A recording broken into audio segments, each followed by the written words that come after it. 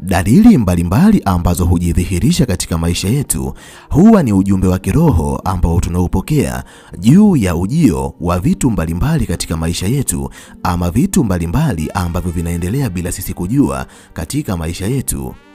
Kwa kawaida kila mwanadamu huzaliwa akiwa na nyota yake. Wapo baadhi ya binadamu ambao asilimia kubwa ya mafanikio ambayo wanayo katika maisha yao yametokana na nyota ambazo wamezaliwa nazo. Nyota yako inapokuwa inaangaza kuliko binadamu wengine, unaweza kufanikiwa katika maisha kuliko binadamu wengine, lakini nyota yako inapoibiwa ama kufifia, inawezekana mafanikio yako yakaanza kutoweka siku hadi siku, na mwisho wa siku ukajikuta unapoteza kila kitu katika maisha yako.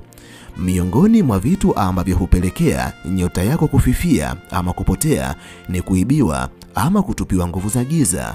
Ndani ya video hii nitakwenda kukuambia ishara mbalimbali ambazo ukiziona katika maisha yako ujue nyota yako imezikwa ardhini.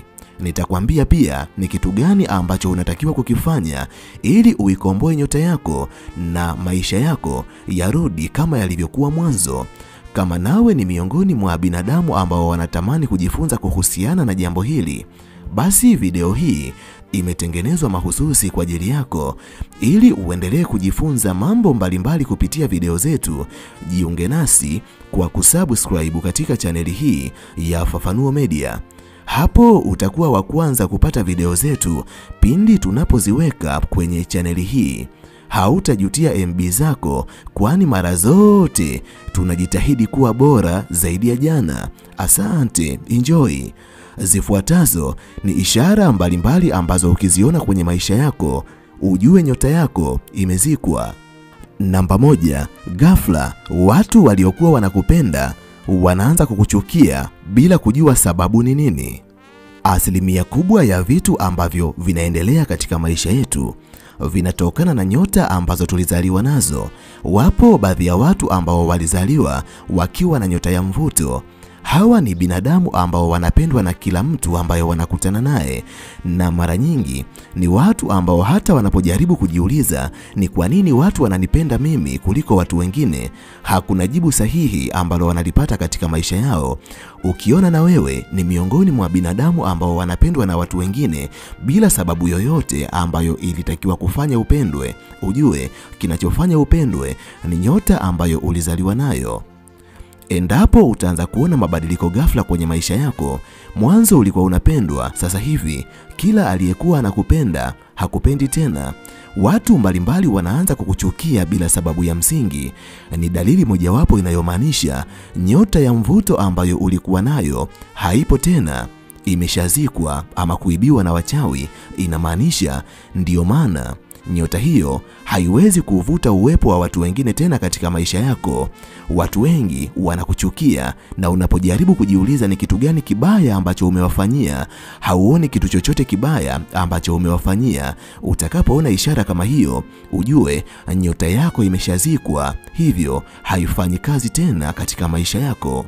Namba 2, unajikuta ukikataliwa na watu mbalimbali ambao mwanzo walikuwa wakikukubali, jambo ambalo unatakiwa kulijua na kuliweka akilini. Wapo baadhi ya watu ambao wamezaliwa na kuishi katika hii dunia, wamezaliwa ndani yao wakiwa na nyota ya kukubalika. Hawa ni binadamu wenye vibali katika mioyo ya watu wengine.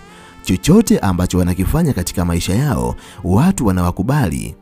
Wanapoomba kazi, wanakubaliwa kiurahisi kuliko binadamu wengine. Kila sehemu ambayo wanafika, binadamu wengine wanawapa nafasi katika mioyo yao kuliko binadamu wengine.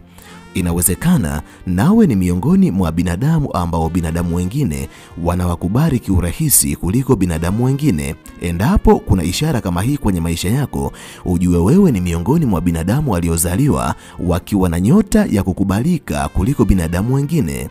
Lakini endapo utaanza kuona mabadiliko haya katika maisha yako, watu waliokuwa na kukubali mwanzo hawakukubali tena.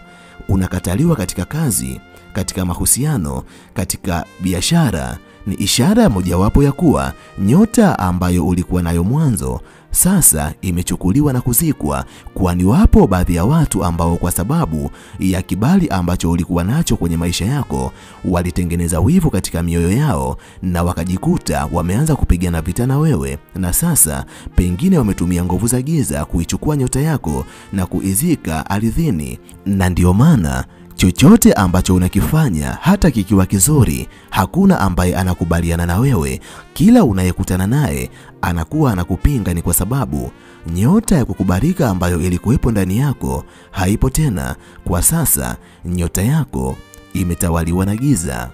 Namba 3, unajikuta ukianza kupoteza wateja katika biashara ambayo mwanzo ulikuwa na wateja wengi.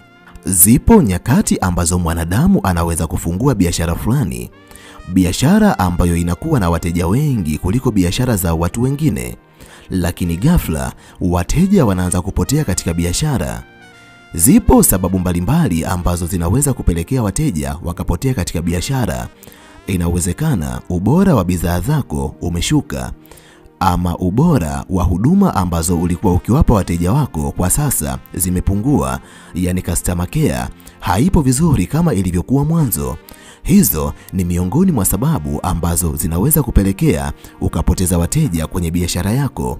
Lakini kuna wakati pamoja na kuwa unazidi kuboresha huduma zako, bidhaa zako zinazidi kuwa bora kuliko zilivyokuwa mwanzo na bei yako ipo vile vile, lakini wateja wanazidi kuporomoka, unazidi kupoteza wateja na baadaye unajikuta haupati wateja kabisa katika biashara yako.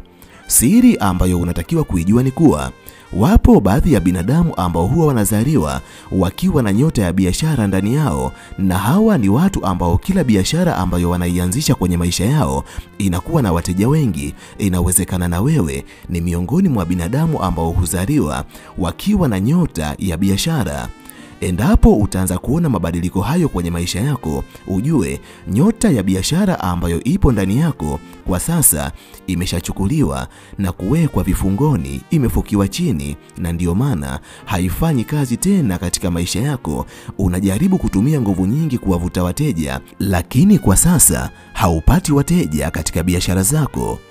Endapo utaona ishara kama hiyo, kuna uwezekano mkubwa nyota yako ikawa imeibiwa na kuzikwa ardhini ili usiweze kuitumia tena, kwani wapo baadhi ya binadamu ambao wanapoona unafanikiwa hawafurahii mafanikio yako.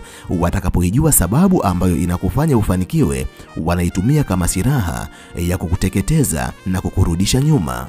Namba 4, bahati mbaya, nuksi na mikosi vinaanza kukuandama katika maisha yako. Bahati mbalimbali ambazo huja katika maisha ya mwanadamu hutokana na nyota ambayo mwanadamu alizaliwa nayo, na ndiyo maana wapo baadhi ya binadamu wenye bahati mbalimbali katika maisha yao wana bahati nyingi, na wapo binadamu wenye bahati chache. Inawezekana wewe ni miongoni mwa binadamu ambao katika siku za nyuma walikuwa na bahati mbalimbali, ambapo walikuwa wanaweza kupata pesa katika nyakati ambazo binadamu wengine lazima watumie nguvu nyingi ndipo waweze kupata pesa. Lakini kwa sasa unajikuta umekuwa wewe ni mtu ambaye ili uweze kupata pesa lazima umwage jasho jingi, na wakati mwingine haupati pesa kabisa. Umekuwa ni mtu ambaye unaandamwa na mikosi pamoja na bahati mbaya ambazo hauelewi zinatokana na nini kwenye maisha yako. Endapo ishara kama hizi zitaanza kujitokeza kwenye maisha yako, tafsiri yake ni kuwa inawezekana wewe ni mwanadamu ambaye kwa sasa nyota yako imefukiwa chini, na ndiyo maana nyota ambayo ilikuwa inapelekea bahati njema kwenye maisha yako kwa sasa haifanyi kazi tena. Hivyo ni wakati ambao unatakiwa kufanya maamuzi. Inawezekana yote ambayo nimezungumza yanakutokea.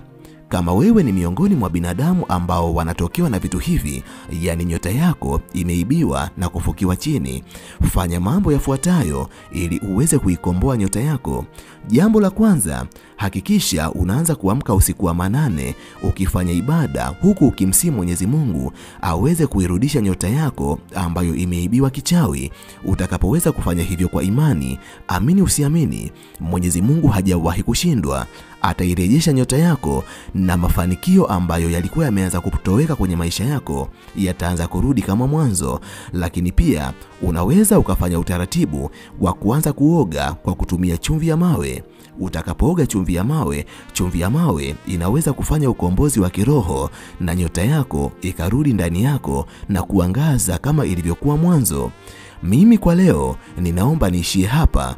Ninahitimisha nikiamini kuna jambo kubwa ambalo umejifunza kupitia video hii. Nikutakie wakati mwema na tukutane tena katika video ijayo.